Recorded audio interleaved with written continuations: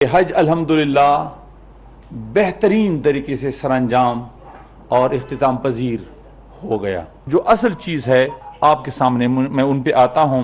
مختصر ترین وقت میں حج ویزوں کی اجرا، حج پروازوں، سعودی عرب میں رہائش گاہوں اور جملہ سہولیات کی فراہمی کو یقینی بنایا گیا۔ یہ بنیادی چیز۔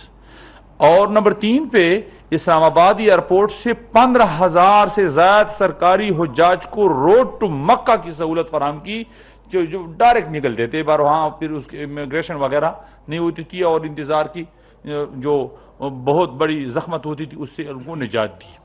مکہ مکرمہ میں 10 سال کے بعد حرم کے قریب ترین رہائش گاہیں حاصل کی گئی۔ اچھا، تمام حجاج کرام کو ٹرانسپورٹ بلا تعطل فراہم کی، اور مدینہ منورہ میں تمام حجاج کرام کو مرکزیہ میں 4 اور 5 سٹار ہوٹلوں میں ٹھہرائے، اور مینا کے مکاتب میں پہلی بار جو ہمیں کامیابی ہوئی، خاص کر اپنے سرکاری حجاج کو مجموعے کے انداز پہ مینا کے قریب ٹھہرا دیے، جہاں صحابہ کرام حج ادا کرتے تھے، اسی جگہ پہ ہم نے اپنے پاکستانی کو وہاں ٹھہرا دیے۔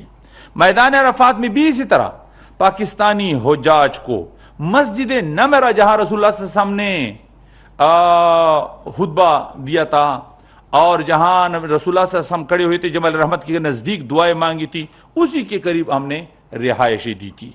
حجاج کرام کو قریباً 40 دن قیام کے دوران بہترین پاکستانی معیار کے 3 وقت کے کھانے فراہم کیے، اور اس کو یقینی بنایا گیا۔ مکہ سے مدینہ، مدینہ سے مکہ مکرمہ تک تقریباً 450 کلومیٹر سفر کے لیے جدید ماڈل کے لگژری بسوں کا انتظام کیا گیا۔ وطن واپسی کے لیے سعودی عرب میں سٹی چیک ان کے ذریعے حجاج کی رہائش گاہوں میں 24 گھنٹے پہلے ان کے سامان کی بکنگ اور بورڈنگ پاس کا اجرا عمل میں، یہ پہلے نہیں ہوتا تھا۔